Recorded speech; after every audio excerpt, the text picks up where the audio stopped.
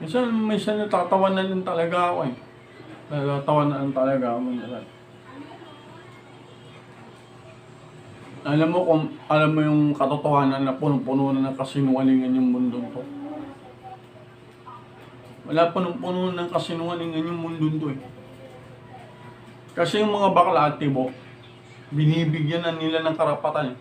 Di ba? Ganito. Against ako sa mga yan. Mga tarantado ba yan? Mga siraulo yan, mga bakla at tibo. Mga siraulo yan. May titi ka. May titi ka, may bayag ka. Sasabihin mo babae ka? Sira ba ulo mo? Sasabihin, nagpapakatotoo ka sa sarili ko. Sinasabi ng mga bakla, ng mga tibo. Nagpapakatotoo ko sa sarili ko. Pagpapakatotoo ba yun? May titi ka, sasabihin mo babae ka? May puke ka, sasabihin mo lalaki ka? Yung ba sa inyo ang pagpapakatotoo? Baka sira pala ang ulo nyo eh. Huwag tayong maglolokohan rito. Huwag tayong maglolokohan rito. Sasabihin mo, ay, nagpapakatotoo kami sa sarili namin. Di ba? May titi at bayag ka. Magpapakatotoo? Sira pala mga ulo niyo eh. Ano ba ang tawag sa may taong may titi? Di ba lalaki? Ano ba ang tawag sa taong may pepe? Di ba babae? Tapos sasabihin ng bakla, mga bakla, nagpapakatotoo kami sa mga sarili namin. Nagpapakatotoo daw. Ba't may bayag, may titi tsaka bayag? Nagpapakatotoo? Saan nga ba naman nakakita ng babaeng may bayag at titi? Di ba? Paano ba nade-determine o nalalaman ang isang kasarian ng lalaki? Sa titi ba? O sa puso? Di ba sa titi? Paano ba nalalaman ang kasarian ng isang babae? Sa pepe ba o sa puso? Di ba sa pepe? Tapos sasabihin ng mga bakla. Mga tarantado yan eh. Mga sinungaling, mga bugok. Sasabihin ng mga bakla, mga pusong babae kami. Diba sasabihin niyo, mga pusong babae kami. Paano ba naging babae ang isang babae? Sa puso ba o sa pepe? Di ba sa pepe? So meaning, pag sinabi ng bakla na pusong babae siya, ibig sabihin lang nun, yung puso niya may poke. Di ba? Huwag tayong maglolokohan rito. Huwag tayong maggagaguhan rito. Di ba? Paano ba naging babae yung nanay mo? Di ba? Paano ba naging babae yung nanay mo? Sa puso niya o sa pepe niya? Di ba sa pepe niya? Di ba? Naging babae siya dahil may pepe siya. Yun lang yun. Tapos sasabihin ng mga bakla, ay, mga pusong babae kami. Ibig sabihin, yung mga puso nila may puke. Tangina, huwag tayo maglolokohan rito. Putang na logic yung pinag-uusapan natin rito. Huwag tayo maggagaguhan rito. Bakit? Tatanungin ko kayo. Yung mga nanay nyo, bakit ba naging babae yan? Dahil ba sa puso niya o sa pepe niya? Di ba sa pepe niya? Tarantado. Tapos sasabihin ng mga bakla, mga pusong babae kami. Ah, ganun ba? Yung puso nila may puke. Putang ina, maglolokohan pa ba tayo rito? Kaya nga male reproductive organ. Kaya nga female reproductive organ. Diba? Tapos, male reproductive organ yung meron ka. Diba? Male reproductive organ. May titi ka, may itlog ka. Male reproductive. Tapos sasabihin mo, babae ka. Tapos sasabihin mo, nagpapakatotoo kami sa sarili namin. Putang ina mo, may titi at bayag ka. Sasabihin mo, nagpapakatotoo ka. Putang ina nyo, sino niloloko nyo? Ha? Hindi ako name-personal dito. Talagang sinasabi ko yung totoo rito. Ang inagaguhan yan. Sasabihin, may titi at saka bayag. May titi at bayag eh.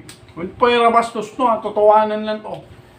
May titi at bayag. Sasabihin ng bakla, may titi siya at may bayag. Tapos sasabihin ng bakla, ay, nagpapakatotoo kami sa sarili namin. Utang na may titi at bayag ka, nagpapakatotoo. Diba? Tayo Tayo magkagaguan rito. Putang ina nyo. Kaya bullshit na bullshit ako eh. Tapos sasabihin, diba? Wala kang galang sa gender equality. Putang ina nyo, hindi nyo ba naiintindihan yung gender equality? Ang sinasabing gender equality, papaliwanag ko sa yung mga walang iya kayo, mga mangmang kayo, mga bobong sinungaling kayo. Ano yung tinatawag na gender equality? Halimbawa, lady guard, security guard, tricycle driver, di ba? Ngayon yun, kung pwedeng mag-drive ng tricycle yung lalaki, ganun din ang babae pwedeng mag-drive. Kung pwedeng mag-security guard yung lalaki, pwede rin mag-security guard yung babae. Yun ang tinatawag na gender equality, hindi yung mga kagaguhan nyo. Ano sasabihin nila, oh, nagpapakatotoo ako. Ako ay babae. Sabi niya, babae daw. Puta, may titi, tsaka bayad, babae. Tangina. Tapos sasabihin, paano ka naging babae? Eh, may titi at hindi. Pusong babae kami. Ibig sabihin, yung puso nila may puke. Ang ina, huwag tayo maggagaguan rito. Putang ina nyo. Iba na lang lokohin nyo, wag ako. Putang ina. Dinidiscriminate. Putang ina nyo.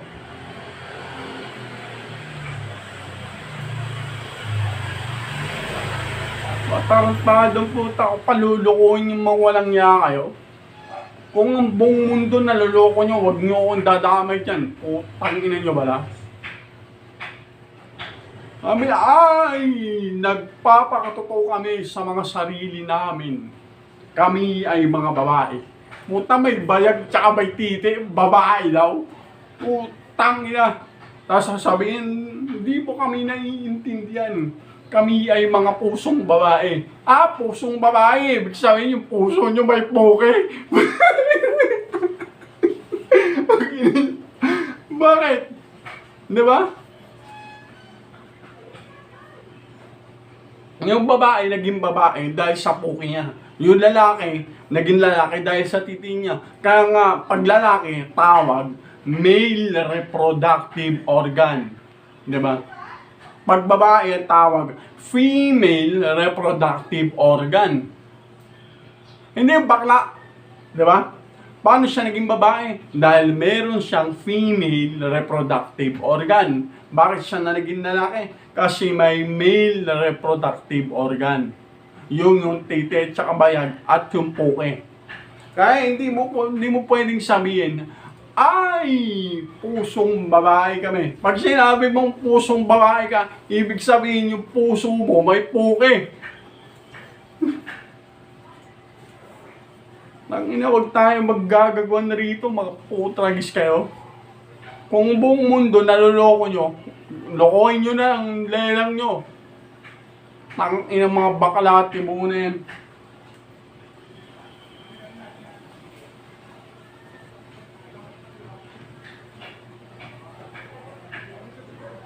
Papaloko kayo sa mga gagong yan. Tangina, mga sinungaling yan. Kita mo ano? Yung titi, nilika para sa pepe. Yung pepe, nilika para sa titi. Hindi yung titi, nilika para sa tumbong. Hindi yung titi, nilika para sa bibig. Kagaguhan yan.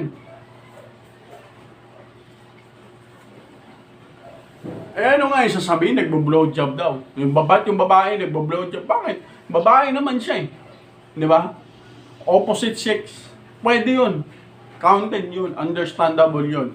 Everything, lahat gagawin ng babae para sa kaligayahan ng asawa niya. Hindi yung lalaki. Putang ina yan. Kadiri yan. Puta. Kadiri yan.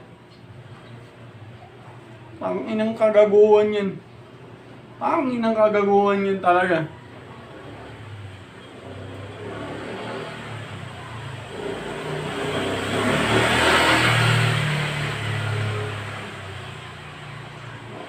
Hindi tayo maglolokohan rito. Tayo maglolokohan rito. Yan ang patunay na nabubuhay na sa kasinungalingan ng mundo ko. Diba? Sasabihin ng bakla. Nagpapakatotoo kami. Kami ay mga babae. Kami ay mga malalambot na mga babae. Puta na babae daw may titi tsaka bayag babae. Tapos sabihin na, bakit? Hindi mo ba kami naiintindihan? Kami ay mga pusong babae. Ibig sabihin yung puso nyo may puke. Putang ina nyo. Ang gaguhan niyan boy. Tayong maglolokan na rito mga putang ina. Kung ang buong mundo naloloko nyo, kayo-kayo na lang. Huwag nyo na akong isama. Matarantado pala kayo eh. Paano yung mga kanukuhan? Hindi ako maluloko ng mga yan. Hindi ako maluloko ng mga yan. Ang ina nyo. Alam mo kung saan nang galing yung mga kaalaman na to? Yan o kay God. Tsaka kay Lord Jesus. Yan din sinasabi sa akin ni Lord Jesus tsaka ni God. Kung yan o. Alam mo nak ganito nak. Wala mo nak ganyan nak. Ano nak binabali wala ka nak. Ginagawa kang tanga nak. Sige nak ganito yung sabihin mo nak. Sabihin mo ganyan. Oo di ba? Kaya nga, hindi niyo ako maluloko. Dahil Diyos, sa Diyos ako natututo. Bakit? Paano ko malalaman to sa sarili ko? Nasa bahay lang naman ako. Di ba? Ang ginagawa ko lang, kumain at matulog. Paano ko nagkakaroon ng ganitong kaalaman? Di ba? Sinasabi sa akin ng Diyos Ama at Panginoong Jesucristo. Kaya nga, malaking pasasalamat ko sa kanila eh. Sa Diyos Ama at kay Panginoong Kuya Jesus eh. Di ba? Sasabihin ng mga tibo. Hindi mo kami naiintindihan. Kami ay mga pusong lalaki. Ay, ganun ba pusong lalaki? Ibig sabihin may mga bayag at titi ang mga puso nyo? Ay, nakaw, ba't hindi yan? Tangina, wag tayo maglolokan rito. Putangina nyo. Ay, putangina, wag tayo maglolokan rito. Sorry sa mga pananalita ko ha. Hindi tayo maggagaguhan rito. Wala akong panahon sa ganyan. Sasabihin, kami ay nagpapakatotoo sa sarili namin kung ano kami.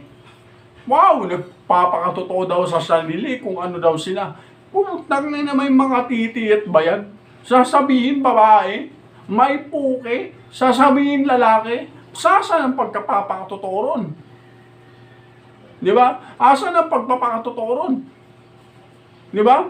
May titi at bayag ka, sasabihin mo babae ka. Saan ang pagkapapakatotoo ron? Ha?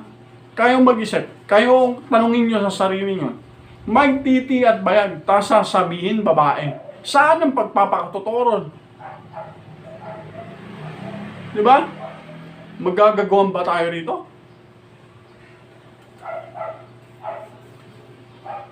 Baka na wala akong panahon sa mga kagaguhan yan. Di ba? Huwag tayong maglolokan rito.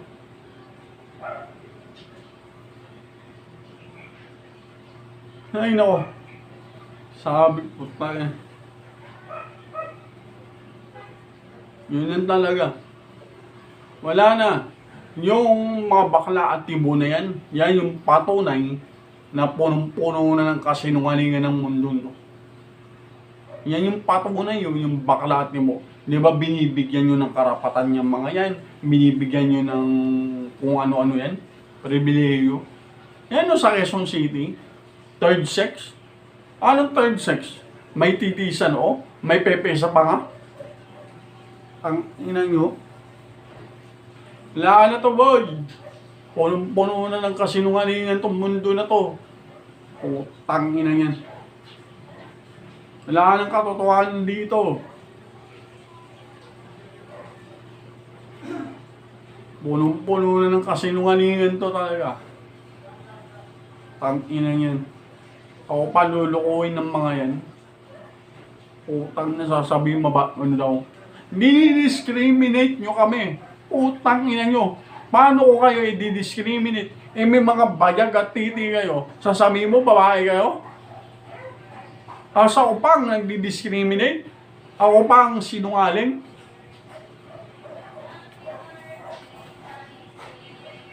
Huwag tayong maglolokan dito. Putragis kayo. Kaya nga yung sa Diyos Ama, yung Sodoma at Gomora, anong ginawa ni Ama?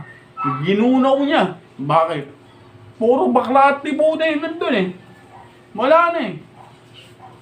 Di ba? Kaya ginunaw na. Ano sabi ng Diyos? Punong-puno na ng kasinungalingan, kasalanan ng mga lupain na to. Gugunawin ko na sila. Ginunaw. Di ba makatwiran ba yan? Makatwiran yun. Tama yun. Bakit? Kaya nga pag wala nang natira dito sa mundo, o na. Kaya nga dumadami ang tao eh. Kaya nga nagpaparami ang tao eh. Dahil sa male and female. Di ba? Kung parehong lalaki, paano magpaparami yan? Kung parehong babae, paano magpaparami yan? Di ba? Kagaguhan nyo lang yan. Huwag tayong maglolokan dito. Putang ina eh.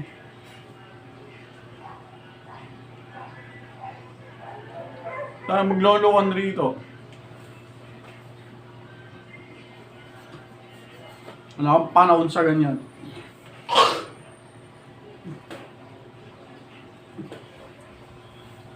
Excuse me. Wala yan, puro kasinungalingan na to eh. Ang sasabihin nila, same-sex marriage. Same-sex marriage? Paano magse-sex yung same? Di ba? Paano magse-sex yung same? Same nga eh. Di ba? Bakit ba nagkakaroon ng... Bakit ba nagiging mag-asawa?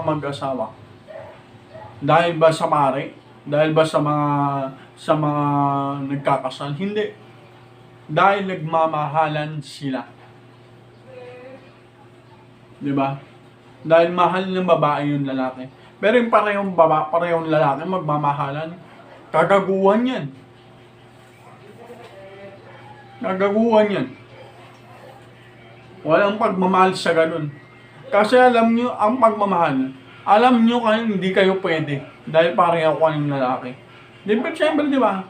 Iisipin mo yung kinabukasan ng taong, di ba yung taong sinisinta mo.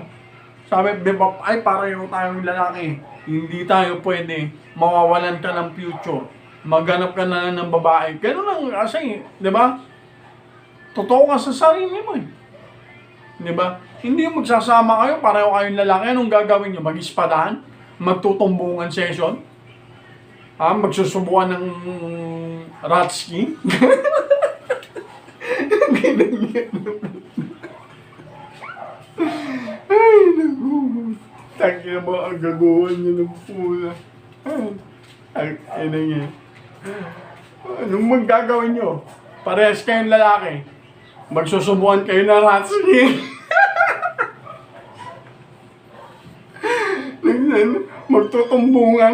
Magtutumbungan, tsaka magsusubukan ng ratski.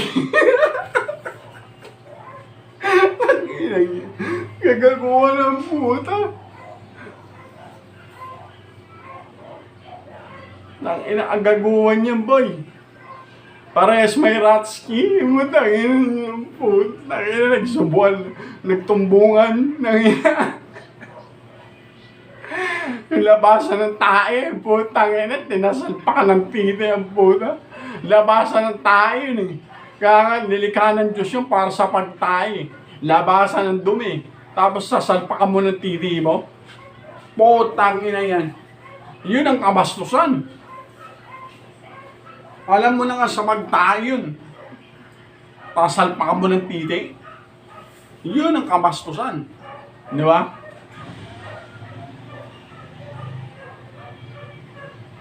Putang ina niya, puta. Ano yung mag-spada, no? Ay, labas mo nga yung edits mo. Lalabas yung edits mo. Bakit? Anong gagawin natin? Mag-spadahan pa. Dito mo. Natatay ako. Salpak mo yung titi mo. Natatay kasi ako. Tapos sabihin ng baka.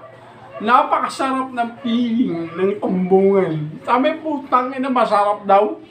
Sige, pag ano pakiramdam pag yung puwet yung ginagamit? Di ba? Siyempre, tumatay. Di ba? Pag sinalpak mo yung titi mo sa puwet, ang pakiramdam ng may puwet, no, para nakatay. Siyempre, di ba, tumatay kayo ng tumol, di ba? Puwera bastos. Pasintabi sa mga kumakain. Di ba, tumatay kayo ng tumol. Ganun lang yung pakiramdam nun. Ano pa ba magiging pakiramdam sa puwet? Di ba parang tumatay? Kasi nga, ang puwet nilika para sa magtae. Kaya pag sinalpakan mo ng titi mo yan, hindi pakiramdam yan masarap. Ang pakiramdam yan, natatay.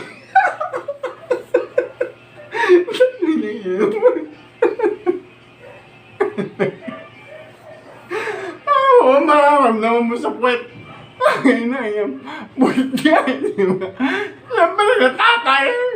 Dahil nga, pag sinalpakan mo ng titi yan, parang lang yan natay.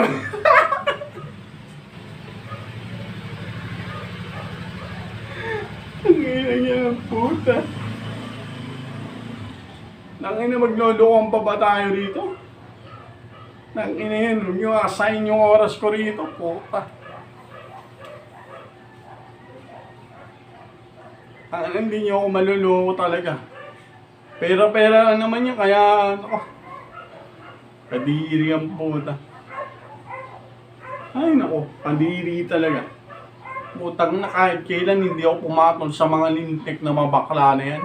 Hindi ako pumapatol dyan, putang na lalaki rin yan. Bakit anong patunay na lalaki rin yung mga bakla na yan? Yan ang may titi tsaka itlog, may titi tsaka bayag ba? Hindi lalaki yan. Ano pang isipin nyo dyan? Babae? Puta may titi tsaka itlog, babae? Tangina nyo.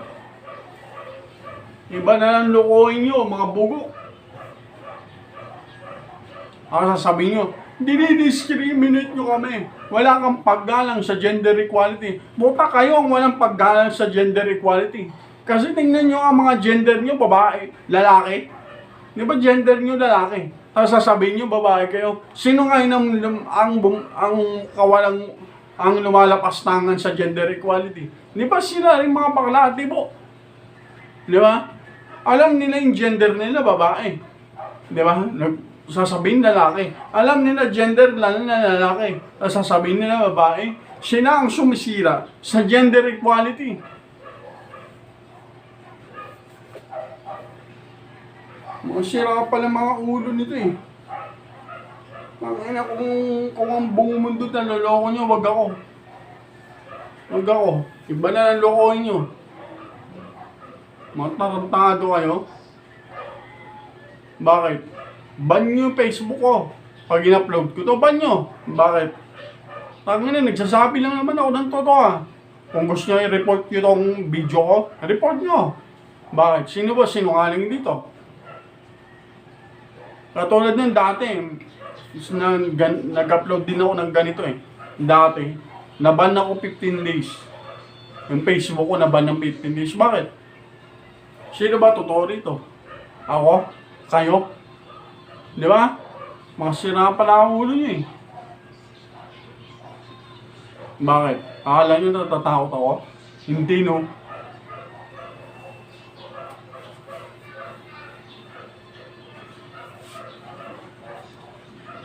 Dahil maglulukan na rito, putrens.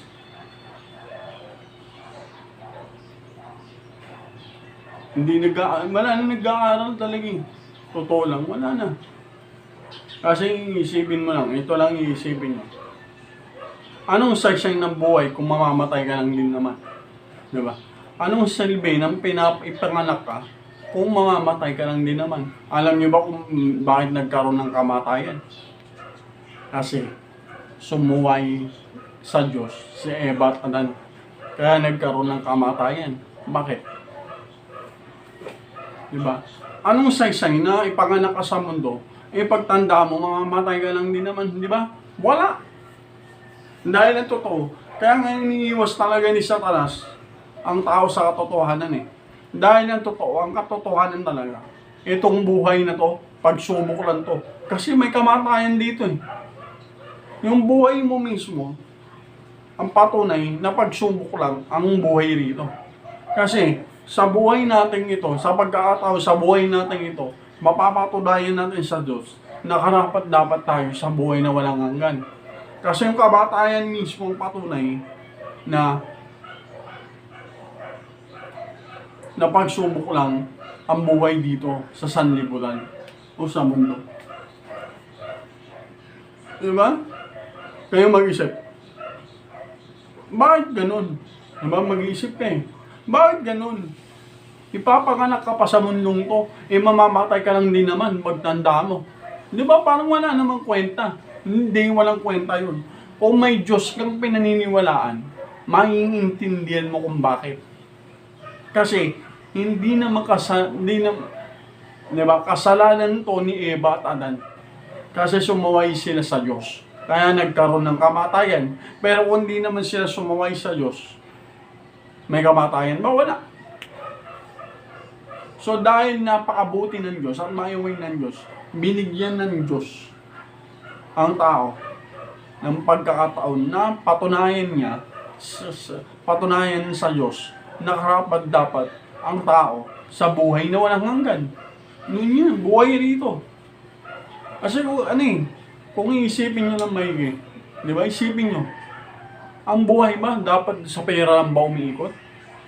Sa pag-aasawa, sa pagpapamilya? Hindi. Di ba?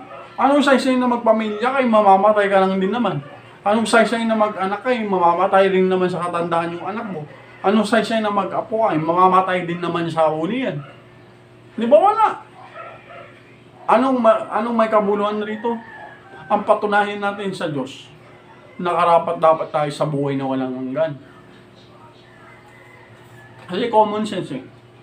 Anong saysay na ipanganak ka sa mundo kung mamamatay ka lang din naman? Di ba? Wala. Ang pambulag ni Satanas para mailis ang tao sa katotohanan, alam niyo kung ano? Pera, kayamanan, at kapangyarihan, tsaka impluwensya. Yan yun. Dahil ang totoo, ang buhay dito sa mundo, pagsubok lang. Dahil dito natin mapapatunayan kung karapat dapat tayo sa buhay na walang hanggan, na makapiling ang Diyos. Yun. Di ba? Wala nga eh. Nililis ng mga religion. Di ba? Wala oh. Kaya wala na kalaman tao eh. Dahil hindi nila alam, ang buhay dito talaga pagsubok lang kasi. Anong saysay na mabuhay ka rito kung mamamatay ka lang din naman pagtanda mo? Anong saysay na mag-anak ka rito? Kung tumanda, pagtanda ng anak mo, mamamatay lang din naman. Tapos yung apo mo, mamamatay lang din. Tapos wag nagkaanak yung anak mo, mamamatay din ulit. Pag yung magkaapo ka ulit, mamamatay lang din. Anong saysay? Di ba? Isa lang ang totoo. Dito natin mapapatunayan kung karapat dapat tayo sa buhay na walang hanggan. Yun lang yun. Common sense. Lola natin yun lang. Isipin mo na maigi. Di ba? Yun lang yun. Sa totoo lang, yun lang yun. Dito natin mapapatunayan kung karapat dapat tayo sa buhay na walang hanggan. Yun lang yun. Ayaw ang mga pambulag ni Satanas dito, yan yung mga bulag din tao eh. Totoo lang, bulag din tao. Payaman ng payaman, di ba? Pasikat ng pasikat, di ba? Hindi nila alam, nililid lang sila ni Satanas eh. Para mailis yung mga isip at mga puso nila sa katotohanan eh. Di ba? Anong saysay maging pinakamayaman ka sa buong mundo? Mamamatay ka lang din naman sa huli. Anong saysay ng kayamanan mo? Di ba wala? Di ba? Anong saysay na ikaw yung pinakasikat sa buong mundo? Mamamatay ka lang din naman. Di ba wala? Lahat ng pinaghirapan mo, lahat ng pinagsikapan mo, sabang na uli, walang kwenta yan. Di ba? Yan ang paraan ni Satanas para mailis ang tao sa katotohanan. Di ba? Papera ka nga ng papera eh, kung naging mayaman ka. Tapos mamamatay ka ng gano'n, silbi ng yaman mo. Di ba? Ano yung pagpunta mo sa langit, anong gagawin mo doon?